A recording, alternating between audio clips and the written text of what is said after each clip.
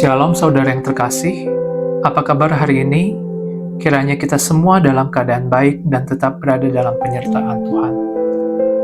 Dalam kehidupan ini, kita sering tidak menyadari bahwa ada pertempuran yang sedang terjadi. Bukan secara fisik, tetapi secara rohani. Kita bisa merasa lelah, tergoda, bahkan jatuh tanpa benar-benar tahu penyebabnya. Firman Tuhan hari ini mengingatkan kita untuk tidak hidup dengan lengah, tetapi dengan kewaspadaan dan iman yang teguh. Mari kita siapkan hati kita untuk menerima firman Tuhan. Mari kita berdoa. Tuhan yang penuh kasih, kami datang kepadamu dengan kerinduan untuk mendengarkan suara-Mu. Bukalah hati dan pikiran kami, agar kami dapat memahami firman-Mu dengan benar. Tolonglah kami untuk tidak hanya menjadi sebagai pendengar saja, tetapi menjadi pelaku firman-Mu. Di dalam nama Tuhan Yesus kami berdoa. Amin. Ayat bacaan kita pada pagi hari ini diambil dari 1 Petrus 5 ayat 8-9. Sadarlah dan berjaga-jagalah, lawan musuh iblis berjalan keliling sama seperti singa yang mengaum-ngaum dan mencari orang yang dapat ditelannya. Lawanlah dia dengan iman yang teguh, sebab kamu tahu bahwa semua saudaramu di seluruh dunia menanggung penderitaan yang sama. Rasul Petrus menasihati orang percaya untuk hidup dengan kesadaran penuh. Kata sadar dan berjaga-jaga menunjukkan bahwa kehidupan rohani tidak boleh dijalankan dengan santai dan sembarangan. Karena iblis digambarkan seperti singa yang mengaum, artinya dia aktif, berbahaya, dan mencari kesempatan untuk menjatuhkan. Kita dipanggil untuk melawan, bukan dengan kekuatan kita sendiri, tetapi dengan iman yang teguh.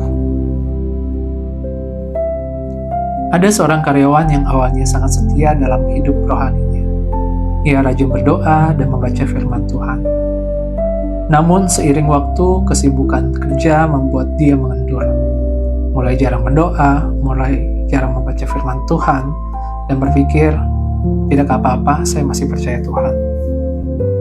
Suatu hari, ia mulai terlibat dalam hal-hal kecil yang tidak benar. Berbohong sedikit, kompromi sedikit. Awalnya terasa ringan, namun lama-kelamaan menjadi kebiasaan. Sampai akhirnya, ia menyadari bahwa hidupnya sudah jauh daripada Tuhan. Jadi, apa yang bisa kita lakukan agar tetap waspada secara rohani? Pertama, bangun hubungan pribadi dengan Tuhan setiap hari. Kita luangkan waktu untuk doa dan baca firman Tuhan. Yang kedua, jaga pikiran dan hati. Jadi apa yang kita lihat, apa yang kita dengar, dan apa yang kita pikirkan mempengaruhi kehidupan rohani kita. Yang ketiga, segera bertobat saat jatuh. Jangan sampai kita biarkan dosa kecil menjadi dosa besar. Yang keempat, berpegang pada iman yang teguh. Ingat siapa Tuhan kita dan janji-janjinya. Yang kelima, cari komunitas rohani, karena kita butuh saling menguatkan dengan sesama orang yang percaya. Saudara, mari kita renungkan apakah hidup kita penuh dengan kewaspadaan rohani atau sudah mulai lengah? Atau apakah iman saya semakin teguh atau justru semakin lemah?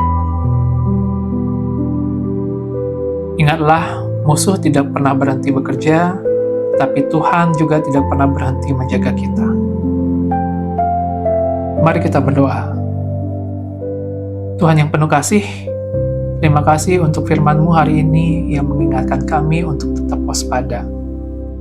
Ampuni kami jika selama ini kami sering lengah dan memberi celah bagi musuh untuk bekerja dalam hidup kami. Tuhan, kuatkan iman kami agar kami dapat berdiri teguh dalam setiap pencobaan. Ajarlah kami untuk selalu dekat dengan-Mu, hidup dalam kebenaran dan berjalan dalam kehendak-Mu. Kami percaya bahwa bersama-Mu kami mampu menghadapi segala sesuatu. Terima kasih Tuhan Yesus. Di dalam nama Tuhan Yesus kami berdoa dan mengucap syukur. Haleluya. Amin. Demikian renungan pada pagi hari ini. saudara bisa follow untuk terus mendengarkan firman Tuhan setiap harinya. Selamat beraktivitas, Tuhan Yesus memberkati.